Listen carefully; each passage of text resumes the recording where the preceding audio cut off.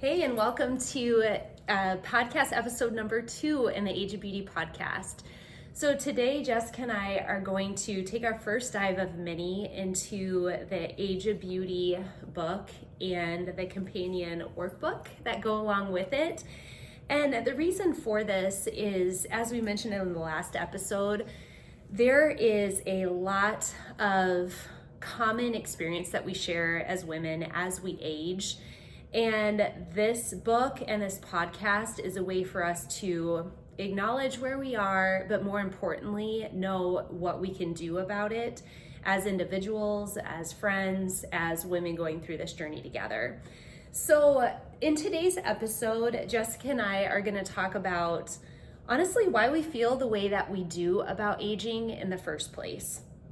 So we want to, first of all, have you walk away from today's episode recognizing that you're not alone in this journey at all.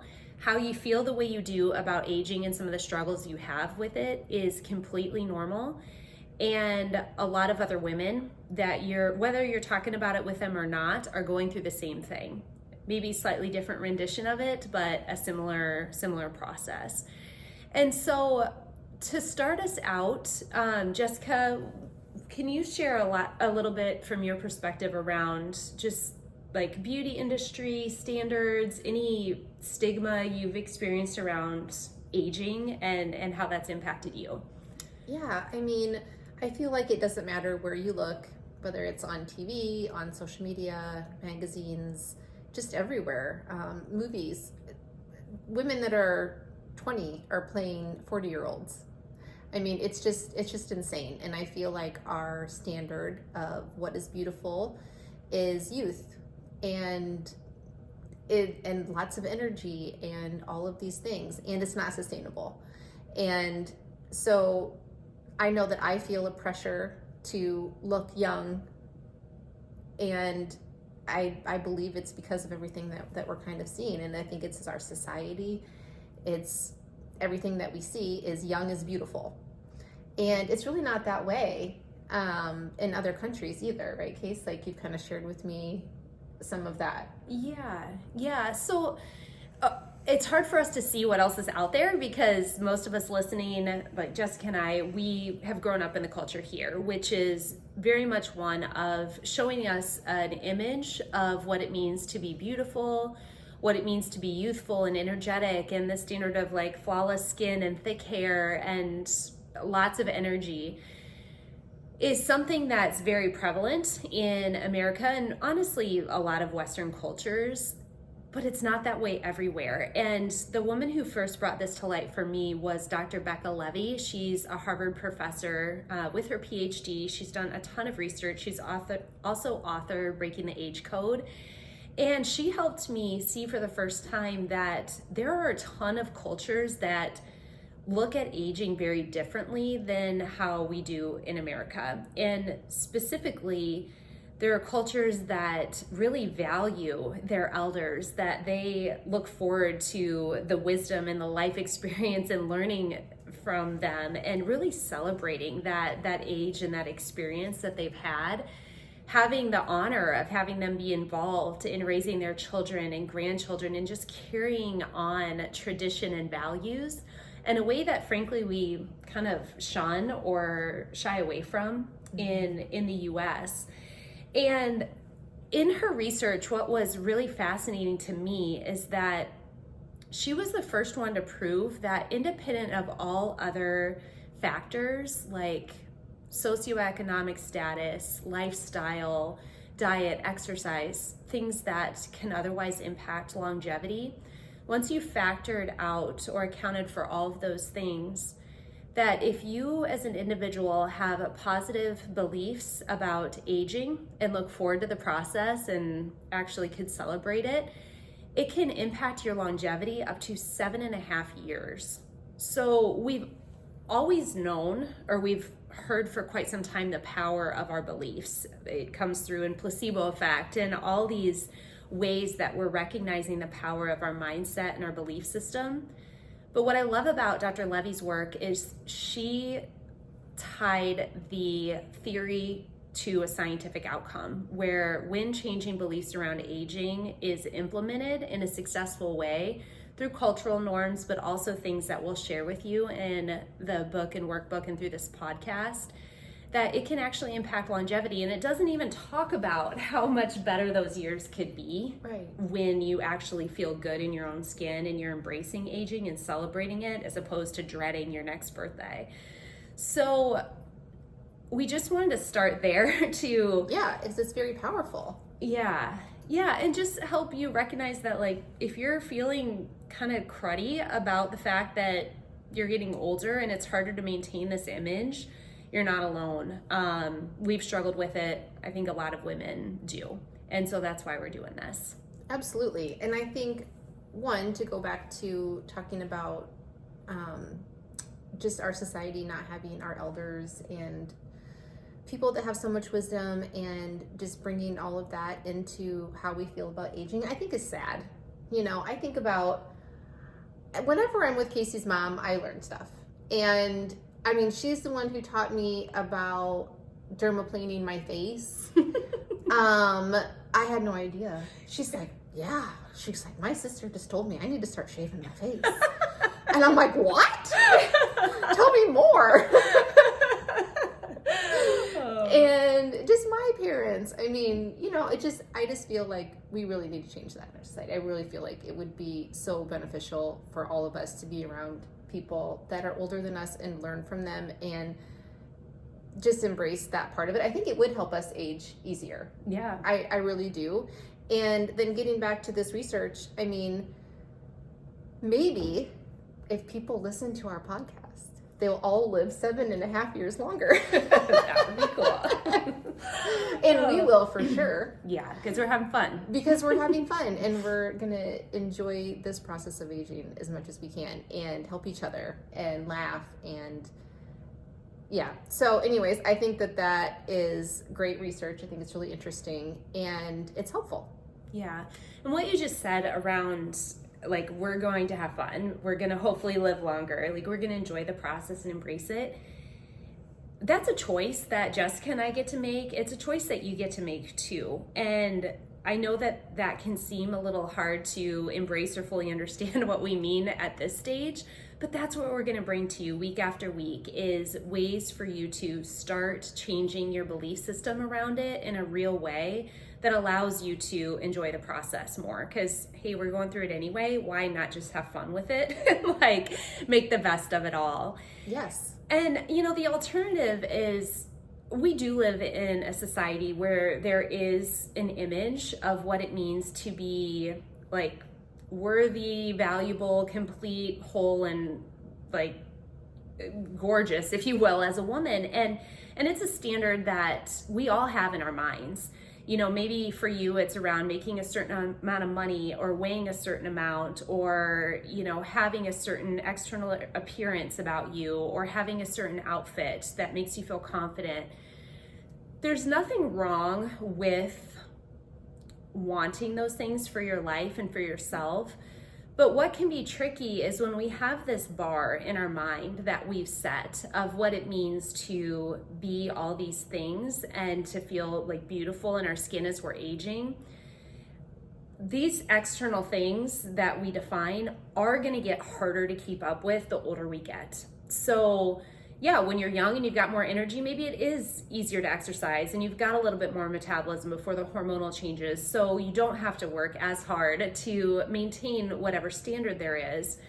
But inevitably, through the process of age, those things are going to change, and none of us is going to get out of here alive. I mean, eventually it's all going to change.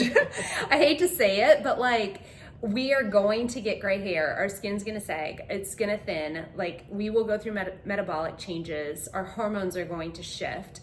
Our relationships are going to change. We're going to lose loved ones. And while that might sound morbid, it is reality. And so instead of having this ever exhausting threshold that we're trying to achieve, a lot of what we're going to talk about today and in general going forward is, what are the things you can do to start to empower yourself to accept what is, in a way that allows you to move forward and move on instead of just feeling burnt out, exhausted by the need to try to control as much as you can in your external environment, despite it getting more challenging to do so.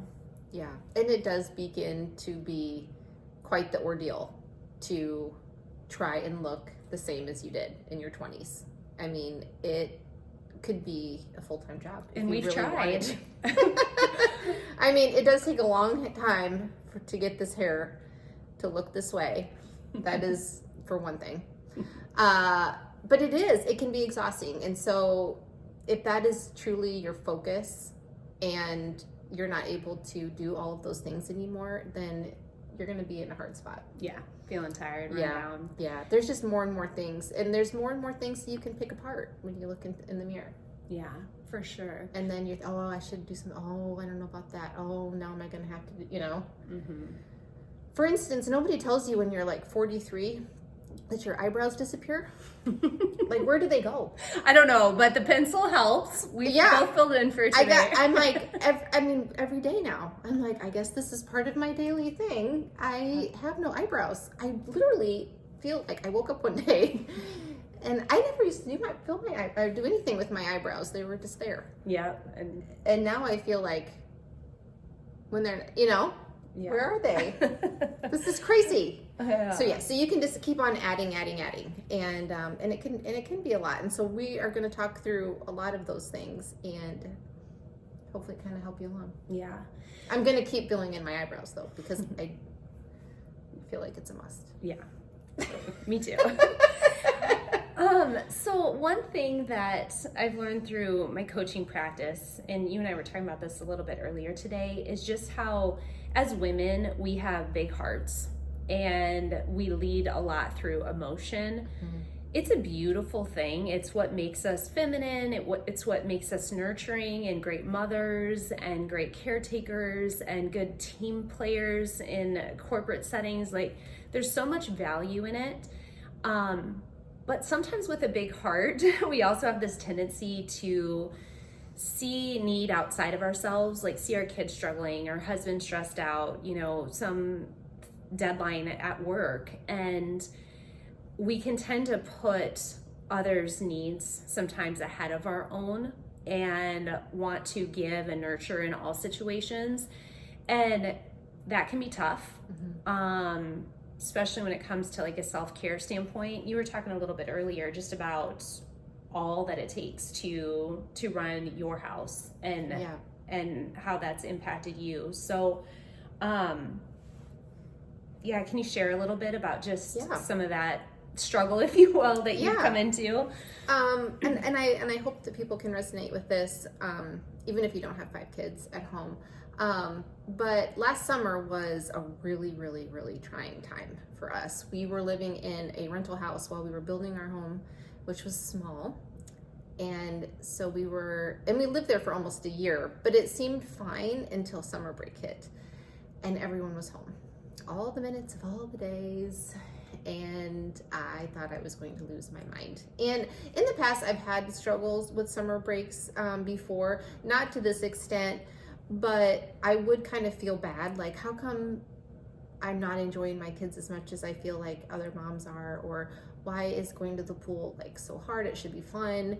But when you're dragging like 5 kids and all of their stuff, and it's a long day and it's hot and like everybody's exhausted, and you're just to put sunscreen on everybody a couple times it's like an Olympic sport.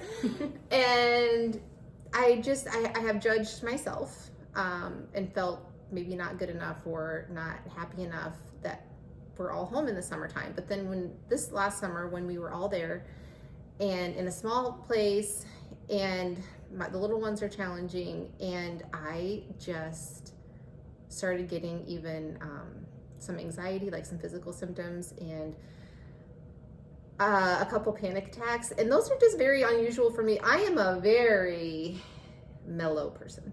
I don't get too worked up. You have to work really, really, really hard to offend me. I'm just a pretty, I don't know, just this very low-key person. But I was getting very, very upset, and little things were making my chest feel tight.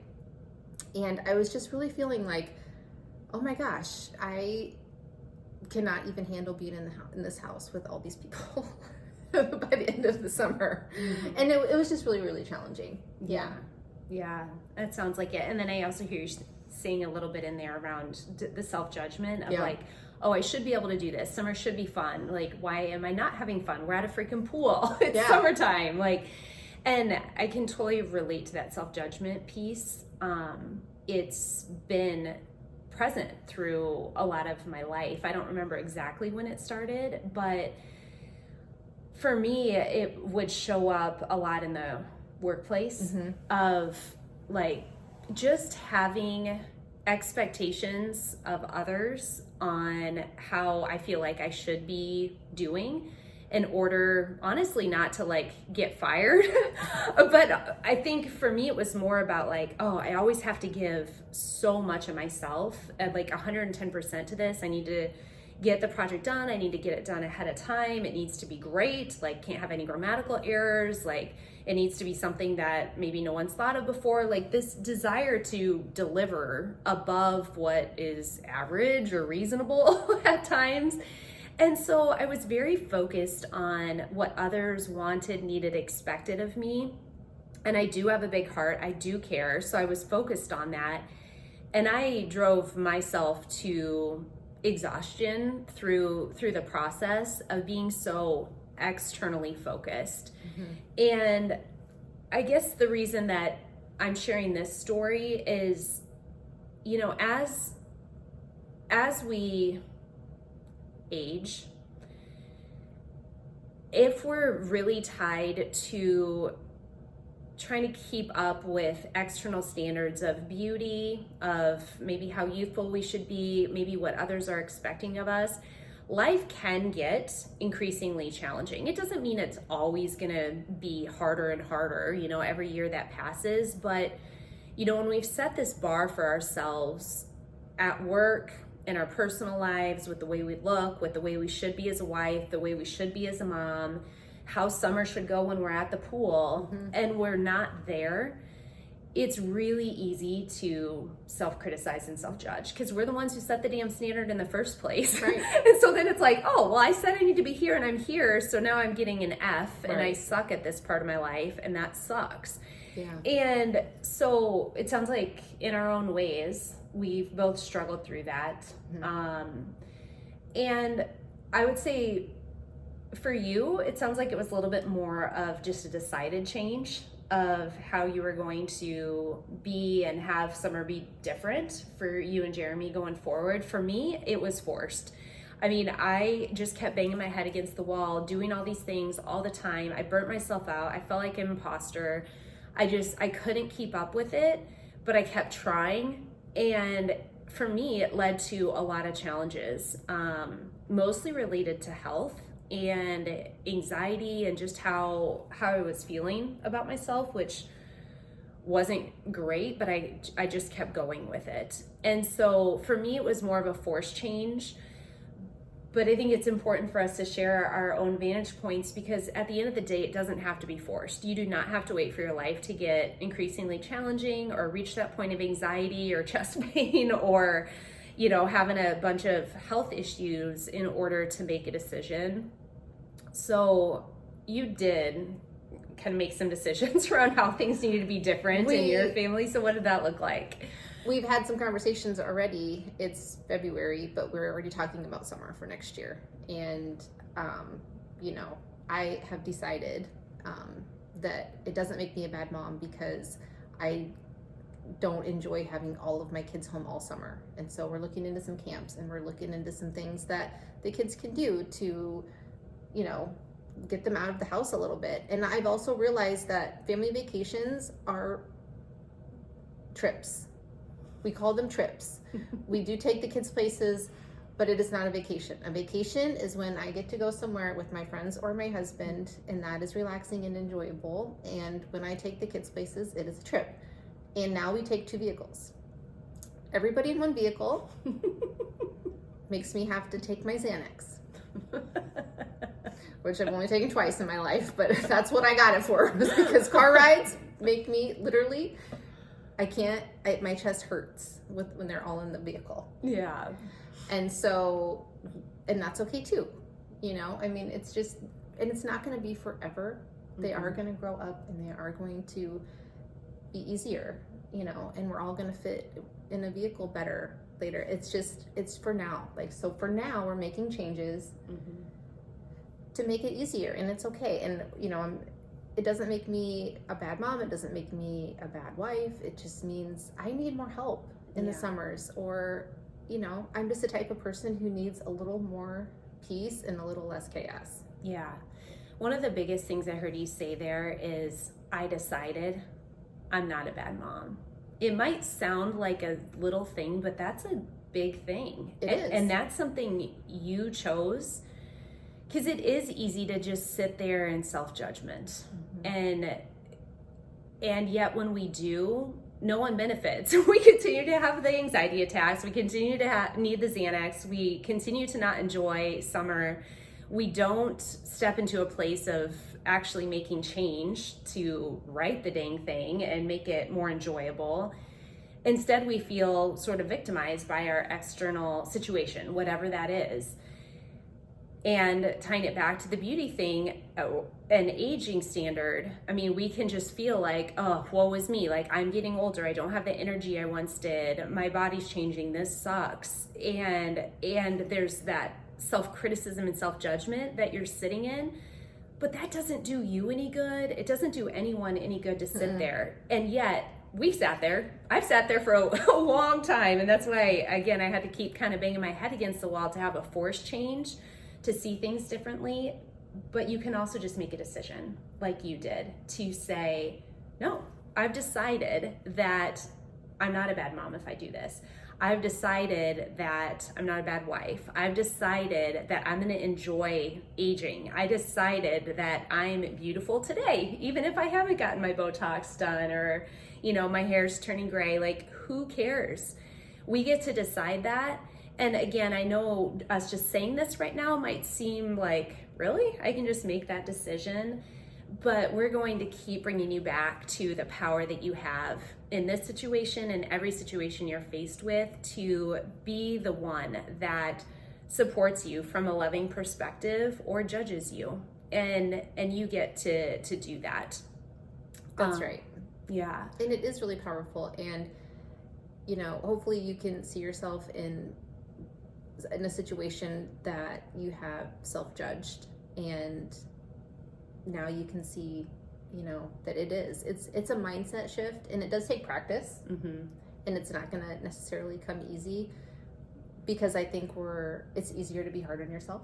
Yeah, kind of is. Yeah, it is. And because you almost feel like, well, that's boastful, or that's not humble, or something like that, but that's not the case. Yeah. At all. You can love yourself and think nice things about yourself, and it's not boastful. Yeah. Yeah, and what a great, for the parents, for the moms listening in today, like, or aunts, or even sisters, like, when you can step into your own light, you get to show through example, like, what's possible to people, to women, other women that you love and care about. I don't remember where I heard this quote, but it's like, is it motherhood through martyrdom, or is it motherhood through mentorship? You get to decide, like, how you view yourself, how you care for yourself, how you love yourself, to show that to your children, to your nieces, to your siblings. And there's something beautiful in being able to do that for yourself and for those that you care about. As much as we get in this habit, and let me tell you, I've been there. I mean, I struggle with this still every day. Like, oh, if I can just help my daughter, like, with her sandwich and do this and do that and blah, blah, blah, then she's happy. And so I'm like trying to control all these things, but then I feel like crap and I'm stressed the whole morning. Like, how fun is that for my daughter to witness me struggling, upset, stressed out, on the brink of a meltdown, when I could be like connecting with her and, hey, let's make your sandwich together, or I'm kind of short on time, could you make your sandwich today, honey? And just like plan for that through example, then struggle. So, kind of got on a tangent there, but No, but I think that something that came to mind that we hadn't really talked about yet was that we have daughters and we are aging in front of them, yeah, you know, and we are their biggest example. yeah, And I've always been aware of not talking bad about my body in front of my daughter because I don't want her to see that, you know, me, oh, you know, my thighs or the, you know, I don't say that stuff in front of her. yeah, But I haven't really thought about how her idea of getting older is going to come from my idea of getting older. yeah, yeah. And so, I mean, a lot of times as moms, we do things for our kids. And I think that this is a great thing that we could do for our kids. But I mean, obviously, we're going to benefit from it as well. Yeah. But And it's so easy to fall into just the expectation that, oh, as we age, we're going to have less energy. We're not going to be able to do as much. We maybe won't have the same social life. We, you know, like we're going to get sick or have a diagnosis. Like maybe. But who says? Like, who says that's the inevitable path forward? I mean, I know a lot of people, men and women, who embrace it. They live their best freaking years in their 70s and in their 80s, and they're happy and they're creating things and they're social and they know who they are more deeply than they did at any age before. They've got wisdom of decades. Like, there's so much that's great in that process, and if we can truly feel and believe that to the core of who we are, even though it's practice and we get it wrong and then we try to come back to it, like, wow, we can really change that whole narrative for our daughters that we love and care about and want the best for. Yeah, absolutely. And I hadn't even thought about that until now, actually. Yay. I'm glad. See, this is why we do this, because we learn too. Yes, absolutely. This is for us too. Yeah. So a few weeks ago, we had the book launch here in the Twin Cities of Age of Beauty, and Jessica drove up from Illinois to be there, and it was awesome. She introduced me in front of a room of 70 women, and it was just a great opportunity. We were talking earlier today about something that stood out to you at that conversation where I was being interviewed by Yasna Burza, and it was this whole idea of beauty being in the eyes of the beholder. And so I'm just curious, when you hear that, like, what thoughts come up for you? What does that mean to you? Well, I thought it was just really beautifully put. And when Casey had first talked about it, she had said, like, envision walking into a room of people that you're like dressed up for a party, and you kind of walk into a room and you kind of wonder, as people look at you, you know, do they think I look nice? Do they, you know, you're kind of wondering, and you're getting like how you feel about how you look from the other people in the room. But there's this idea that we don't have to think that. We can be our own eyes, and we can tell ourselves that we are beautiful in that room, and just every day. And that really hit home to me. I just thought it was really beautiful, and I don't know if I said it as well as you said it, but well, I loved it. You said it very well, and I love that example. I mean, there are so many times that, like, let's say we speak up in a meeting at work and someone's like, oh, great input, Casey. I love what you said. It's like, oh, awesome. You know, you feel elevated. And it's like, oh, I'm smart. I'm contributing, whatever that narrative is in your story. But then you could say the same thing and people could look at you, and then all of a sudden you are like, oh, am I off? Like, do I really understand what this project is all about? Or even sometimes I would start like pointing a finger at someone else. Like, well, that would, it just, all this criticism and judgment becomes apparent when I didn't change. Like, I still had the courage to say something and contribute something. So why would I place the value of what I said, or at a deeper level, who I am, on external reactivity to someone else? It's just not necessary. I don't know what's going on in their day. Like, they could all be stressed and tired because they were up too late watching the Super Bowl and drank too much and they're hungover. So that's why I got the look. Like, it really doesn't have anything to do with me. So why not to just still have that courage to be who I am and say what I want to say, and then just not let someone else decide the value or worth of that contribution. So beauty is in the eyes of the beholder.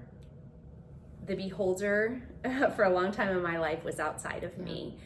And we can take that back. We can be the eyes of the beholder, the beauty through which we see and perceive ourselves. And that's something that we can take back, we can get to decide. And it's a pretty cool, empowering process when you get to do that. And we'll get into, I mean, most of this book and workbook and the podcast is going to be around the how-tos. Like, how do you actually make this change in your life? And so we'll get into some like fun ways to do that hopefully you find supportive. Anything else we want to touch on before we wrap up today? What else? Do you think that pretty well captured it? Yeah, I think we did good. Okay. Well, so really, I guess as we close today with episode 2, just wanted to first thank you for being on this journey with us. And from this first episode, we hope that you just have the baseline knowledge to recognize that whatever you're feeling about aging, it's normal, it's okay. Like, there's a lot of expectation about what it should look like and should be, and inevitably we're going to be different than that. And so it's normal to feel the way that you do. Jessica and I have gone through it. We will continue to go through it. We're on this journey with you, and we just wanted to lay this foundation so that we have this base understanding of why we are in the position that we are currently around some of the stigma we have toward aging. And then as we go forward, we're going to dive into the how-tos, to how to start to shift it for yourself. So just want to say thanks for tuning in today. And it was fun having this conversation with you and some of the learning as always. Yeah, nope, this was great. Thanks everybody for tuning in. If you like this episode, please like it, share it with a friend or a family member, somebody who you think would love this episode. Follow us, and if you have time, if you could write us a comment, we would appreciate it so much. It helps new podcasts grow, and we want to help as many women as we can. Awesome. Take care. Bye.